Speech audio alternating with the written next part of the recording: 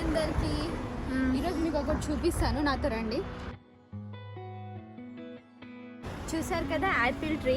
So నేను స్టోర్కి వచ్చాను. సో దాని అపోజిట్గా ఉండే యాపిల్ చెట్టు నేనైతే ఎప్పుడు చూడలేను, ఇదే ఫస్ట్ టైం నేను చూడడము. భలే ఉన్నాయి, ముద్దు ముద్దుగా క్యూట్గా. ఒకటి తెంపి చూపిస్తాను. భలే ఉన్నాయి చూడండి, క్యూట్ క్యూట్గా. ఒక్కసారి చెట్టు మొత్తం చూడండి ఎన్నిగానో ఉన్నాయో. టేస్ట్ చేస్తాను ఎలా ఉందో.